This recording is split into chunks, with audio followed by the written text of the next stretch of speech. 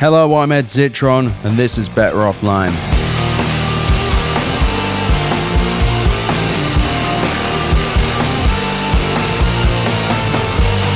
Better Offline. We finally reached the end of our three-part How to Argue with an AI Booster series. Big strong men are standing outside of the Better Offline studio, suspended 200 feet above the Las Vegas Strip with tears in their eyes, and they're saying, Sir, it's the most beautiful podcast I've ever heard. Please stop recording it. Everyone else will feel insufficient when they hear it. No, I have to continue. I'm afraid my listeners need me. But okay, seriously, folks. If there's anything I want you to take home so far, is that the arguments that these people, these AI sycophants make, they crumble under the slightest bit of scrutiny. And yet these arguments work because they either exploit the lack of knowledge of those of us who don't understand the rotten economics of AI, or because they force the opposite party to surrender their reason and to exit the planes of reality. To which I say, fuck that, absolutely not. This is a hill I'm prepared to die on, and I'll hope that you'll all be standing with me side by side. Now, in the first episode, we shook away the claims that it's the early days for AI and we just need to give it more time. Then I took the idea that generative AI is like Uber or fiber optic networking, two industries that both burned a lot of money at the start but are otherwise nothing like generative AI. And now it's time to deal with the dregs of the arguments. These are the worst of the worst booster quips. Here we go. Ultra booster quip.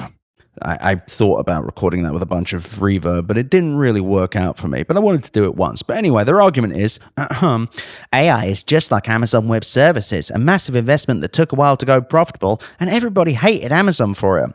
Now, I actually covered this in depth in the Hater's Guide to the AI Bubble, but the long and short of it is that Amazon Web Services is a platform, a necessity with an obvious choice, and has burned about 10% of what Amazon and all of them have burned chasing generative AI, and had also proven demand before building it.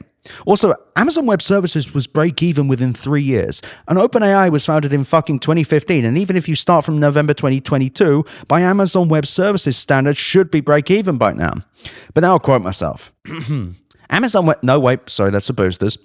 Amazon Web Services was created out of necessity. Amazon's infrastructure needs were so great that it had effectively had to build both the software and hardware necessary to deliver a store that sold theoretically everything to theoretically everywhere.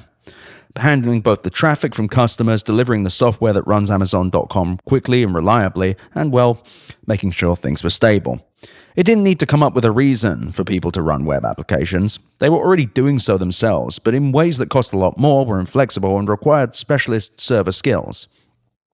Amazon Web Services took something that people already did, and what there was already a proven demand for, and made it better and scaled it. Eventually, Google and Microsoft would join the fray. I editorialized a bit there, but I can do that with my own work.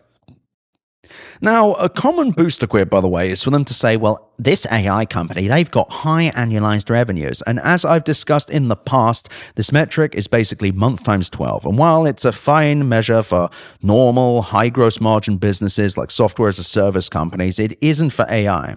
It doesn't account for churn, which is when people leave. It also is a number intentionally used to make a company sound more successful.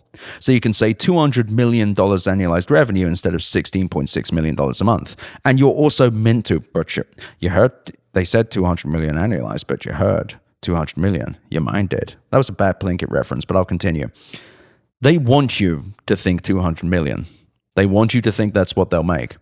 More often than not, if they mention an annualized number, that number will not be how much they make that year. Also, if they're using this number, it's likely not consistent. And now, if they bring this up, you should just say to them, hey, how much profit is the company making? And also, how much are they burning? At this point, they will, I think, mace you. I mean, with the spray or an actual mace. AI boosters are strange. Now, they'll also say, well, this AI company's in growth mode, and they'll pull the profit lever when it's time. And the answer to that is always going to be, why have none of them done this? Not one. Not one of them. Now, a booster will burst through your door and go, AI, AGI, well, and then there's that will bullshit again. It's always about the will with these fuckers. We do not know how thinking works in humans and thus cannot extrapolate it to a machine. And at the very least, human beings have the ability to reevaluate things and learn, a thing that LLMs cannot do and will never do. We do not know how to get to AGI. Sam Altman said in June that OpenAI was now confident they knew how to build AGI as they have traditionally understood it. Then in August, Altman said that AGI was not a super useful term and that the point of all this is it doesn't really matter and it's just this continuing exponential of model capability that will rely on for more and more things. I'm really tired of people quoting this guy. He doesn't make any fucking sense. Read anything he says out loud and it's just really just total bullshit. Even Meta's chief AI scientist, Yann LeCun, says it isn't possible with transformer-based models to make AGI. We don't know if AGI is possible, and anyone claiming they do is lying. Anyone who's talking about AGI is talking about fanfiction again. Ask them how they feel about Banjo and Kazooie. Do you think they made love? Actually, if next time someone brings up AGI to you seriously, bring up Banjo and Kazooie and their romantic involvement. I think that's the only response you should give now. Stop humoring them. It is fanfiction. But putting Banjo and Kazooie aside, there's also a really stupid booster thing they do, which is, I'm hearing from people deep within the AI industry that there's some sort of ultra-powerful models they're not talking about. And this, by the way, is hogwash. Nothing different than your buddy's friend's uncle who works at Nintendo that says Mario is coming to the PlayStation. Ilya Sutskever and Mira Murati raised billions of dollars for companies with no product, let alone a product roadmap. And they did so because they saw an opportunity for a grift and to throw a bunch of money at compute for no reason. Anyone who has secret shit is not talking about it because it doesn't exist. Also, if someone from deep within the industry has told somebody big things are coming, they're doing so to con them or make them think that they have privileged information. Ask for specifics. And if they say, I couldn't possibly tell you, then they're full of shit. They're full of crap. They are full of doo-doo. And if they get vague, get specific. Oh, it's going to be able to automate other things. What things? How? How's it automate them? Oh, I don't know. Then you don't know shit about fuck. Now, talking about not knowing shit about fuck, here's another booster quip. ChatGPT is so popular. 700 million people use it weekly. It's one of the most popular websites on the internet. Its popularity proves its utility. Look at all the paying customers. Now, that paying customers part we'll get to in a second, but this argument is poised as a comeback to my suggestion that AI is not particularly useful. A proof point that this movement is not inherently wasteful, or that there are, in fact, use cases for ChatGPT that are lasting, meaningful, or important.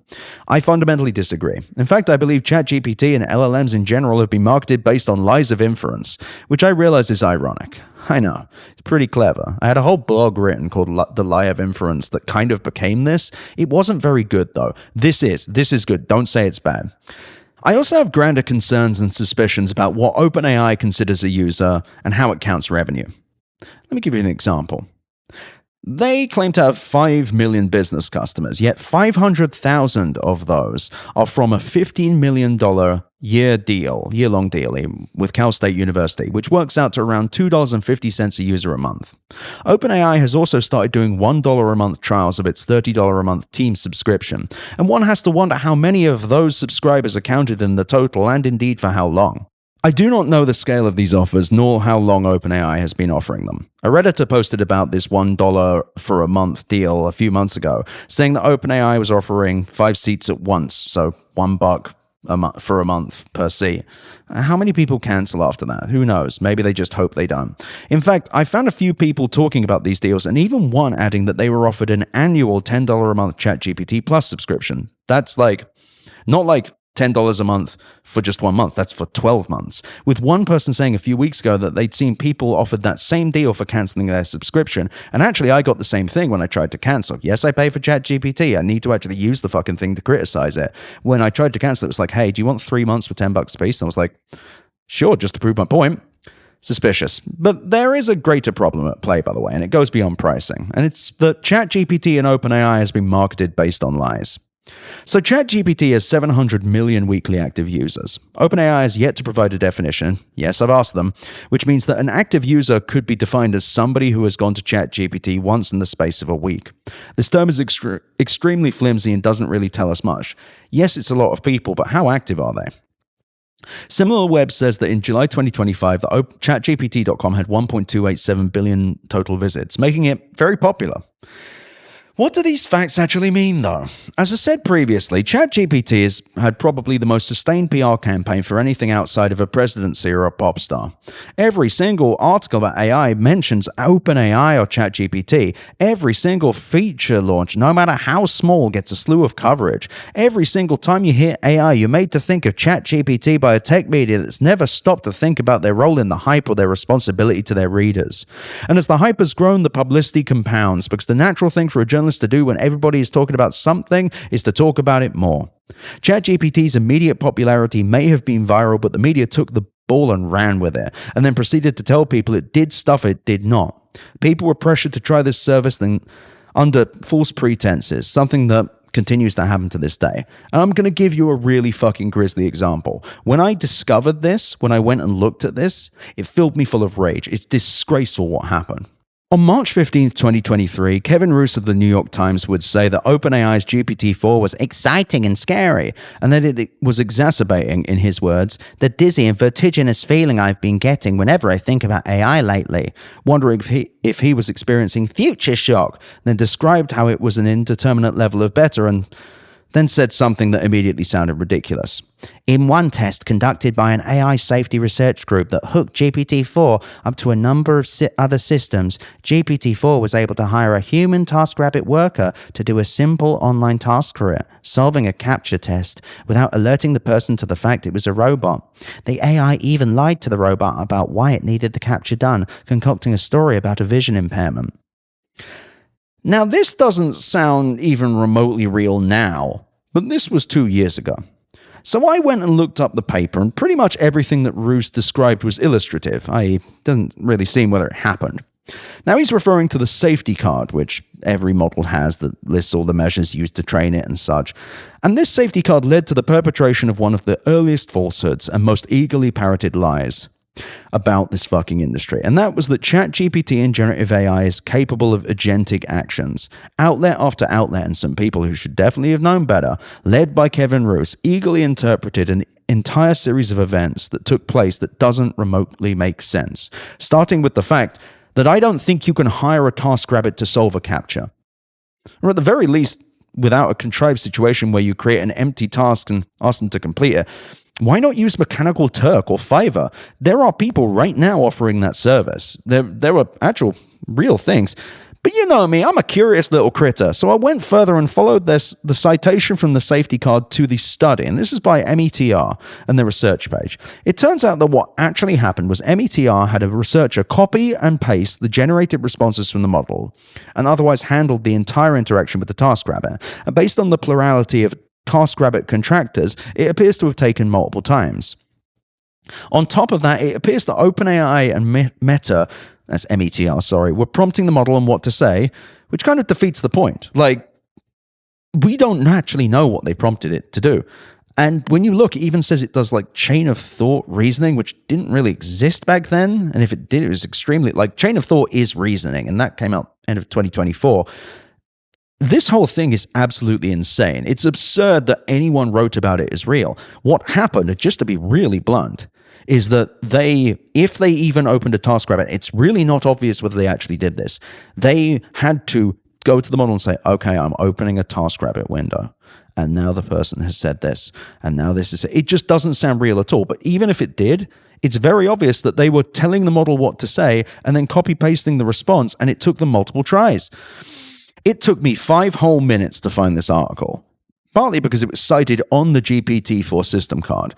I then read it within that time, then wrote this part of the script. It didn't require any technical knowledge other than the ability to read.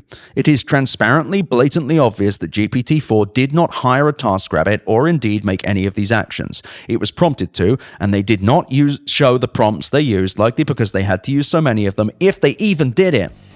Anyone falling for this is a mark, and OpenAI should have gone out of their way to correct people. Instead, they sat back and let people publish outright misinformation.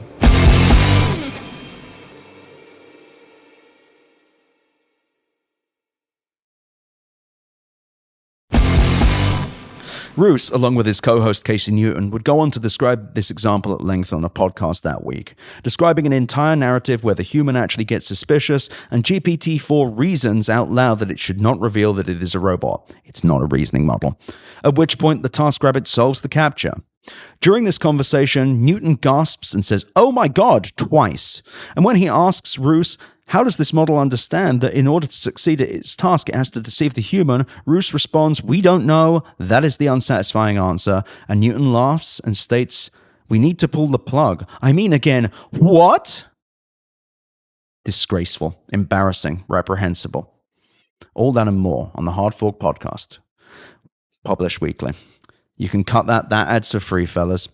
Credulousness aside, the GPT-4 marketing campaign was incredibly effective, creating an aura that allowed OpenAI to take advantage of the vagueness of its offering as people, including members of the media, willfully filled in the blanks for them. Altman has really never had to work to sell his product. Think about it. Have you ever heard OpenAI tell you what ChatGPT can do or go to great lengths to describe its actual abilities? Even on OpenAI's own page for ChatGPT, the text is extremely vague. You scroll down, you're told that ChatGPT can write, brainstorm, edit, and explore ideas with you. It can generate and debug code, automate repetitive tasks, not clear what the tasks are, and help you learn new APIs. Question mark. With ChatGPT, you can learn something new, dive into a hobby, answer complex questions, and analyze data and create charts. What repetitive tasks? Who knows? How am I learning? Unclear. It's got thinking built in. What that means is also unclear, unexplained, and thus allows a user to incorrectly believe that ChatGPT has a brain and thinks. To be clear, I know what reasoning means, but this website does not attempt to explain what thinking means. You can also offload complex tasks from start to finish with an agent, which can, according to OpenAI, think and act, proactively choosing from a toolbox of agentic skills to complete tasks for you using its own computer. This is an egregious lie, employing the kind of weasel wording that would be used to torture IR Baboon for an eternity. Precise in its vagueness, OpenAI's copy is honed to make reporters willing to simply write down whatever they see and interpret it in the most positive light. And thus the lie of inference began. What ChatGPT meant was muddied from the beginning, and thus ChatGPT's actual outcomes have never been fully defined. What ChatGPT could do became a kind of folklore, a non-specific form of automation that could write code and generate copy and images that can analyze data, all things that are true but one can infer much greater meaning and use from. One can infer that automation means the automation of anything related to text, or that write code means write the entirety of a computer program. OpenAI's ChatGPT agent is not, by any extension of the word, and I quote, already a powerful tool for handling complex tasks, but it has not, in any meaningful sense, committed to any actual outcomes. As a result, potential users, subject to a 24/7 marketing campaign, have been pushed towards a website that can theoretically do anything or nothing and have otherwise been left to their own devices. The endless gaslighting, societal pressure, media pressure, and pressure from their bosses has pushed hundreds of millions of people to try a product that even its creators can't really describe or don't feel compelled to. And if I was wrong, we'd have real use cases by now and better metrics than weekly active users. As I've said in the past, OpenAI is deliberately using these weekly active users so that it doesn't have to publish their monthly active users, which I believe would be much higher. Now, why wouldn't it do this? Well, OpenAI, as I've mentioned, has 20 million paying ChatGPT subscribers and 5 million business customers, with no explanation of what the difference might be, really other than it involves Teams and Edu. But not Pro. Anyway, this is already a mediocre 3.5% conversion rate. Yeah, its monthly active users, which are likely 800 or 900 million, but these are guesses, would make that rate lower than 3%, which is pretty terrible considering everyone says this shit is the future. I'm also tired of having people claim that search or brainstorm or companions are a lasting, meaningful business model. I'm really tired of it. I'm tired of being told this again and again and again. That's not what ChatGPT is going to actually survive on. Breathe. Okay. Let's move on. Here's another booster quip, though. OpenAI is making tons of money. That's proof they're a successful company, and you are wrong somehow. So OpenAI announced that it has hit its first $1 billion month on August 20th, 2025, on CNBC, in fact. Weirdly enough, by the way, that quote was not in the TV interview. But anyway, this also brings it exactly in line with my estimated $5.26 billion in revenue that I believe it has made at the end of July. I did that in a premium newsletter. Please pay me. However, remember what the MIT study that I mentioned said. Enterprise adoption is high, but transformation is low. There are tons of companies throwing money at AI, but they are not seeing actual returns. OpenAI's growth as the single most prominent company in AI, and if we're honest, one of the most prominent in software writ large, makes sense, but at some point will slow because the actual returns for businesses are not there. If there were, we'd have one article where we could point at a ChatGPT integration that had helped scale a company, or save a bunch of money, make a bunch of money, written in plain English, and not in the gobbledygook of profit improvement. Also, OpenAI is projected to make $12.7 billion in 2025. How exactly will it do that? Is it really making $1.5 billion a month by the end of the year? Even if it does, is the idea that it keeps burning $10 billion or more a year, every year into eternity? Like, what actual revenue potential does OpenAI have long term? Its products are about as good as everybody else's, cost about the same, and do the same things. ChatGPT is basically the same product as Claude or Grok, maybe less Mecha Hitler, or any number of different LLMs. The only real advantages that OpenAI has are infrastructure and brand recognition. These models have clearly hit a wall in training, hitting diminishing returns, meaning that the infrastructural advantage is that they can continue providing its service at scale, nothing more. It isn't making its business cheaper, other than the fact it mostly hasn't had to pay for it, other than the site in Abilene, Texas, where it's promised Oracle $30 billion a year in 2025. I'm sorry, I don't buy it. I don't buy that this company will continue growing forever, and its stinky conversion rate isn't going to change anytime soon. When OpenAI opens Stargate Abilene, it will turn profitable. How? I hear this one a good amount. How? How's it going to happen? Nobody ever answers. No one ever answers actually how this company will become profitable. It's fucking insane to me. Nobody ever answers the question. Efficiencies? They're going to be efficient? They're going to be efficient? If you're going to say ChatGPT 5, I wrote a huge scoop and then did an episode about why it's not more efficient. In fact, it's less efficient. And I'm sure one of you is going to argue, well, they could do their custom silicon. They have a $10 billion deal with Broadcom. How they fucking pay them for that? Also, you realize that, well, actually, no, you're right. They're going to get the chip from Broadcom because you know what they always say about the first generation of tech, right? It always works and it's always great and it has no problems. That's what happened with pretty much every first time they make anything in tech. Anyway, let's move on. You'll hear boosters also be like, well, my brother's friend's dog uses ChatGPT and they love it. Well, I heard this happen, or my mate has it in this, or I heard this person, or I use it in this one.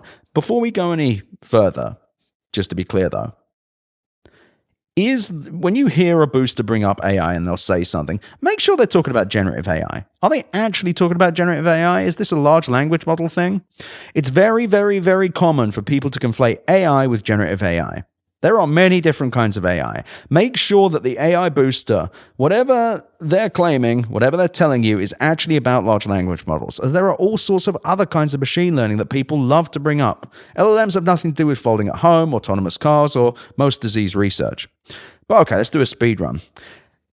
Using AI led researchers to discover 44% more materials. No, it didn't. MIT has now withdrawn this paper, citing concerns about its integrity. I've linked it in the show notes. There's a huge rundown. Here's another quote. AI is so profoundly powerful that it's causing young people to have trouble finding a job. While young people have been having trouble finding jobs, there's no proof that AI is the reason. Every piece of coverage you're reading is citing an Oxford economics report that, amidst a bunch of numbers, says, and I quote, there are signs that entry-level positions are being displaced by artificial intelligence at higher rates. A statement that it does not back up, other than claiming that the high adoption rate by information companies along the sheer employment declines in some roles since 2022 suggested some displacement effect from AI, and digging deeper, the largest displacement seems to be entry-level jobs normally filled by recent graduates. There's otherwise no data. Anyone making this point is grasping at straws. I go into this in more detail in a newsletter called Sincerity Wins the War, which I've linked to, but it's one of the worst reported stories in tech. And now I'm actually going to ad-lib for a second because I forgot while writing this script. There was also this thing that came out of Stanford that said there's been a 13% drop in jobs affected by AI, and this was used as proof that AI was taking them. Now, curious little critter that I am, I went and read that. What it actually did was find a bunch of jobs that they think are related to AI and being affected by AI. They saw they were going down. They went, oh, it's AI that did that. They fart around with various statistics, but that's the long and short of it. I'll give you an example of one of the jobs, accountancy. Now, any accountants listening, big up to my accountant listeners, there's been a hiring crisis in accountancy for years. People are not becoming CPAs. The reason there are less of them is that less people are becoming them. It's nothing to do with AI.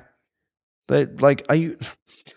Imagine if anyone put half as much effort into writing up these stories as I did writing up one of these booster quips. But here's another one. The AI is replacing young coders, and it is not. In fact, Amazon's cloud chief just said that replacing junior employees with AI is one of the dumbest things he's ever heard. There is no actual real evidence that this is the case. Every single story you have read is anecdotal. Anyone peddling this has an agenda or is not reading. Every CEO mentioning this specifically avoids saying the words that AI is replacing people because AI can't replace people. I will add an aside. There are people's jobs that have been replaced by AI. Translators, transcribers. Brian over at Blood in the Machine even. Sorry, Brian. He's doing a great job on covering this. There are people that have lost jobs. These people are losing it because their bosses are fucking stupid, because their bosses are just taking the shittiest possible version of their work and slopping it up. That's not happening at the knowledge worker scale, nor is it happening at the coder scale. Everyone telling you that has an agenda. But boosters will also claim that AI is doing science research somehow, or will do it. And it won't. I've included a write-up about why foundation models can't do this. Someone's going to read it and say, but there's this bit where it says it isn't a defeat of LLMs. And the reason he says this is because, I shit you not, that LLMs aren't incapable of doing scientific research. He says they're insufficient, which is the same thing.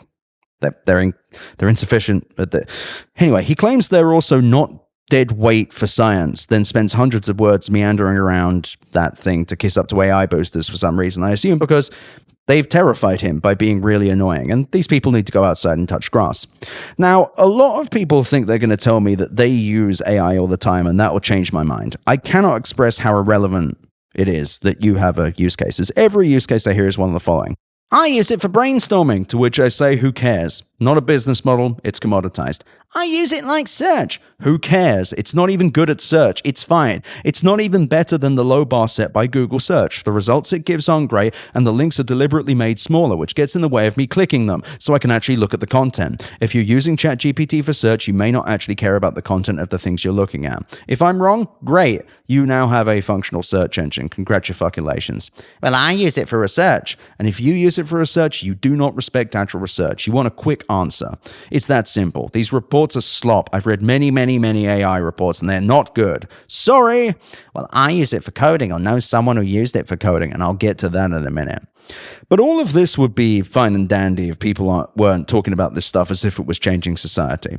None of these use cases come close to explaining why I should be impressed by generative AI. It also doesn't matter if you yourself have a kind of useful thing that AI did for you once. We are so past the point when any of that matters. AI is being sold as a transformational technology, and I am yet to see it transform anything. I am yet to hear one use case that truly impresses me, or even one thing that feels possible now that wasn't possible before. This isn't even me being a cynic. I'm ready to be impressed. I just haven't been impressed in 3 fucking years, and it's getting boring. Also, tell me with a straight face that any of this shit is worth the infrastructure. Remember, AI boosters are arguing that this stuff is powerful. None of these use cases are powerful sounding. But sir, you're back, great. Sir, vibe coding is changing the world, allowing people who can't code to make software. Now, this is one of the most brain-dead takes about AI and coding. And it's that vibe coding is allowing anyone to build software. And you'll never guess what, Kevin Roos covered this. He did this article. While writing the script, I hadn't even noticed. Anyway, while technically true in that one can just type build me a website into one of many coding environments, this does not mean said website is functional, secure, or useful. Let's make this really clear. AI cannot just handle coding. Go into the show notes and read this piece I've linked from Colton Vogie. I have actually interviewed him now. He's going to be coming out in the next few weeks. The interview, it's fucking brilliant. And then the other I've linked to by Nick Suresh. If you contact me about AI and coding without reading these, I will send them to you and nothing else, or crush you like a car in a garbage dump into a cube. One or the other I will choose at the time. Also, show me a vibe-coded company, please. Not a company where somebody who can code has quickly spun up some features, a fully functional, secure, and useful app that has made money and made by somebody who cannot read or write code. You won't be able to because it isn't possible. Vibe coding is a marketing term based on lies peddled by people who either have a lack of knowledge or morals. And are AI coding environments making people faster? I don't think so. In fact, a recent study suggested that they actually make software engineers 19% slower. The reason that nobody is vibe coding an entire company is because software development is not just put a bunch of code in a pile and hit go. And oftentimes when you add something, it breaks something else. This is all well and good if you actually understand code. It's another thing entirely when you're using Cursor or Claude Code like a kid at an arcade machine, turning the wheel repeatedly without having a coin in there and pretending that you're playing it when the demo's going on. Vibe coders are also awful for the already negative margins of most AI coding environments, as every single thing they ask the model to do is imprecise, burning tokens in pursuit of a goal they themselves don't really understand. Vibe coding doesn't work, it will not work, and pretending otherwise is at best ignorance, and at worst supporting a campaign built on lies.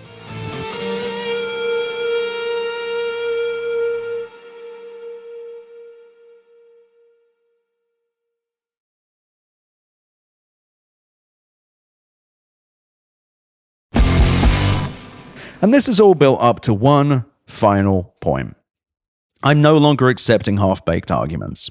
If you're an AI booster, please come up with better arguments. And if you truly believe in this stuff, you should have a firmer grasp on why you do so. It's been 3 years, and the best some of you have is it's really popular, or Uber also burned money. Your arguments are based on what you wish were true, rather than what's actually true, and it's deeply embarrassing. Then again, there are many well-intentioned people who aren't necessarily AI boosters who repeat these arguments, regardless of how thinly framed they are, in part because we live in a high-information, low-processing society where people tend to put great faith in people who are confident in what they say and sound smart adjacent. I also think the media is failing on a very basic level to realize that their fear of missing out or seeming stupid is being used against them. If you don't understand something, it's likely because the people you're reading or hearing it from don't either. If a company makes a promise and you don't understand how they'll deliver on it, it's their job to explain how and your job to suggest it isn't plausible in clear and defined language. This has gone beyond simple objectivity into the realm of an outright failure of journalism. I have never seen more misinformation about the capabilities of a product in my entire career, and it's largely peddled by reporters who either don't know or have no interest in knowing what's actually possible, in part because all their peers are doing the same thing and saying the same nonsense. As things begin to collapse, and they sure look like they're collapsing, but I'm not making any wild claims about the bubble bursting quite yet, it will look increasingly more deranged to bluntly publish everything that these companies say. Never have I seen an act of outright contempt more egregious than Sam Altman saying that GPT-5 was actually bad and that GPT-6 will be even better. Members of the media, Sam Altman does not respect you.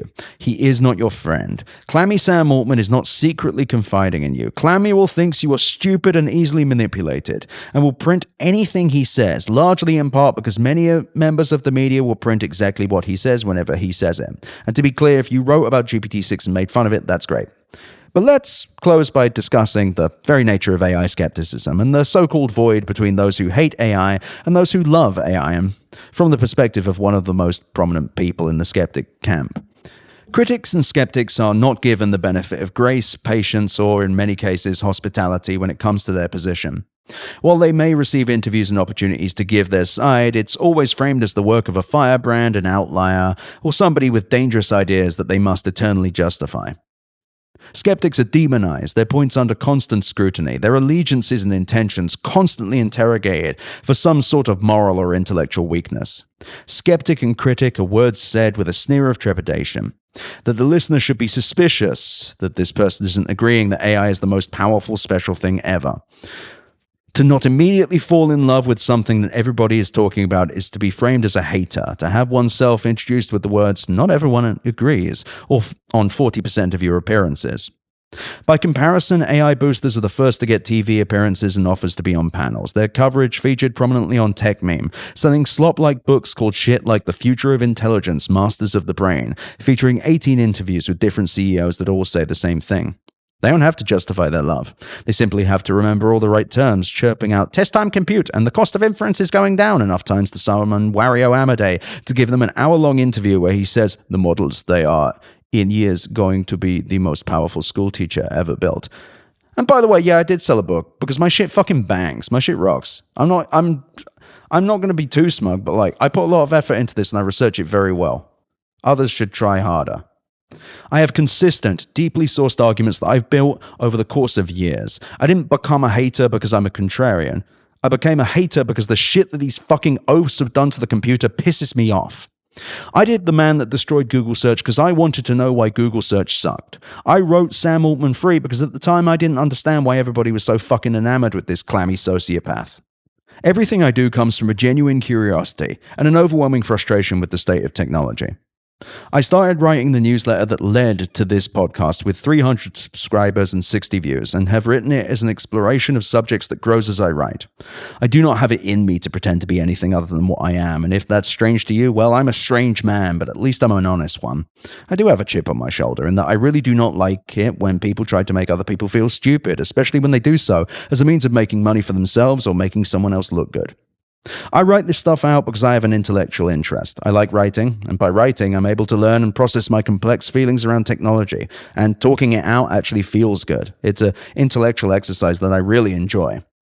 I happen to do so in a manner that hundreds of thousands of people enjoy every month, and I'm not specifying where those people go. And if you think that I've grown this by being a hater, you are doing yourself the disservice of underestimating me, which I will use to my advantage by writing deeper, more meaningful, and more insightful things than you. And then I'll say them with lots of curse words on this podcast. I've watched these pigs ruin the computer again and again, and make billions doing so, and all of this is happening while the media celebrates the destruction of things like Google, Facebook, and the fucking environment in pursuit of eternal growth. I can't manufacture my disgust, nor is it hard to, nor can I manufacture whatever it is inside me that makes it impossible to keep quiet about these things.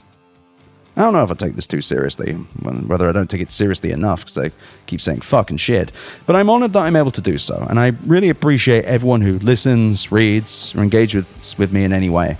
I really do love you all for listening. I know that this was a long 3-parter. I've enjoyed recording it. I've done lots of retakes. Matt Asowski, love you, man. Sorry for all of this. I'll catch you next episode.